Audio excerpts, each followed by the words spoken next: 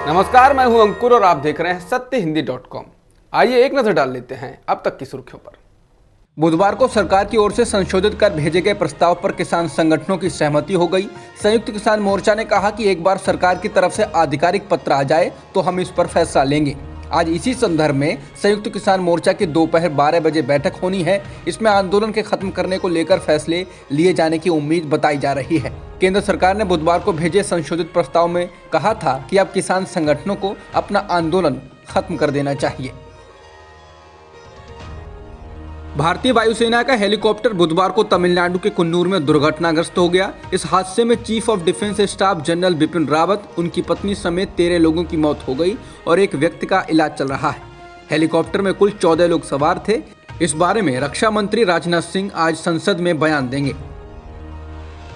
Group captain Varun Singh इकलौते ऐसे officer हैं जो तमिलनाडु में हुए सैन्य हेलीकॉप्टर दुर्घटना में जीवित बचे हैं। इस दुर्घटना में सीडीएस बिपिन रावत, उनकी पत्नी समेत 13 लोगों की जान चली गई। गंभीर रूप से झुलसे ग्रुप कैप्टन वरुण सिंह का सैन्य अस्पताल में इलाज चल रहा है। ग्रुप कैप्टन वरुण सिंह ने पिछले साल ही एक उड़ान के दौरान बड़े तकनीकी खराबी होने के बाद अपने विमान को संभालने के साहस के लिए शौर्य चक्र जीता था।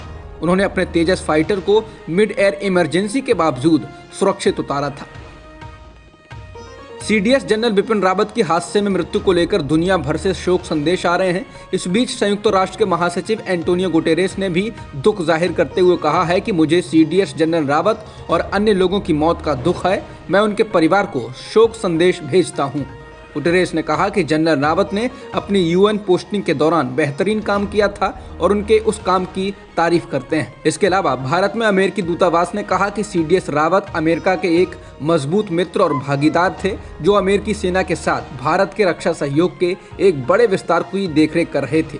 इजराइल के पूर्व प्रधानमंत्री बेंजामिन नेतन्याहू ने ट्वीट कर कहा कि हेलीकॉप्टर दुर्घटना के बारे में जानकर मुझे गहरा दुख हुआ। मेरी संवेदनाएं और प्रार्थनाएं पीड़ितों के परिवारों के साथ हैं। नेपाल के प्रधानमंत्री शेर बहादुर देउबा ने भी शोक जाहिर किया। मध्य प्रदेश के कटनी जिले के एसपी के एक आदेश पर बवाल मच गया है। जिले में राज्यपाल के दौरे के ठीक पहले पत्र जारी करते हुए एसपी ने सिख और मुसलमानों को आतंकियों की श्रेणी में रखते हुए विशेष निगाह रखने के निर्देश मातहतों को दिए, जिस पर हंगामा खड़ा हो गया। दरअसल राज्यपाल मंगू भाई पटेल के जिले में दौरे के दरमियान सुरक्षा व्यवस्था को लेकर एसपी कटनी सुनील जैन ने यह आदेश जारी किया। 2 पेज के अपने आदेश में एसपी जैन ने सामान्य निर्देशों वाली फेहरिस्त के निर्देश नंबर 6 में लिखा, सिख, मुसलमान, जेकेएलएफ, उल्फा, सिमी, एलटीटी आतंकवादियों पर सख्त नजर रखी जाए।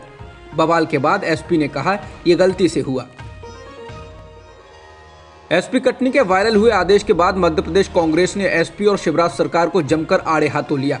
पूर्व मुख्यमंत्री और राज्यसभा के सदस्य दिग्विजय सिंह ने बुधवार रात एक ट्वीट करते हुए कहा, घोर आपत्तिजनक है। किसी भी धर्म का पालन करने वालों को कैसे आतंकवादियों से जोड़ा जा सकता है। यही मानसिकता समाज में विघटन पैदा करती है, जिसका हम विरोध करते हैं। इस प्रकार का उल्लेख सरकारी अधिकारी शासकीय दस्तावेजों में करें, ये असंवैधानिक है। इन पर कार्रवाई होनी चाहिए। मध्य प्रदेश कांग्रेस मीडिया सेल के प्रमुख के मिश्रा ने ट्वीट करते हुए तंज कसा। उन्होंने कहा, अभी तक बीजेपी ही देश के अन्नदाताओं व मुसलमानों को आतंकवादी मानती रही।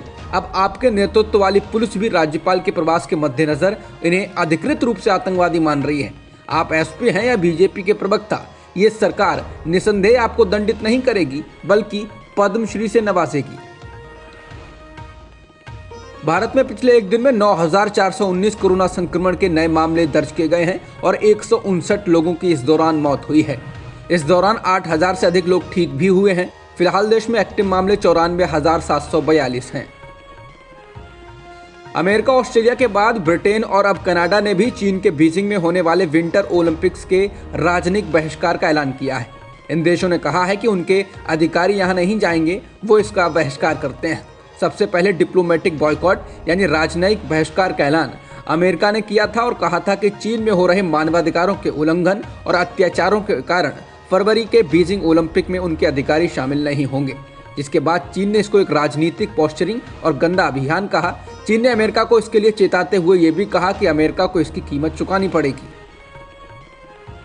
बीसीसीआई ने भारतीय क्रिकेट में बड़ा बदलाव किया है। एक दिवसीय क्रिकेट टीम के कप्तानी से विराट कोहली को हटाकर अब रोहित शर्मा को कमान सौंप दी है। यही नहीं, बीसीसीआई ने रोहित शर्मा को टेस्ट टीम का उपकप्तान भी बना दिया है।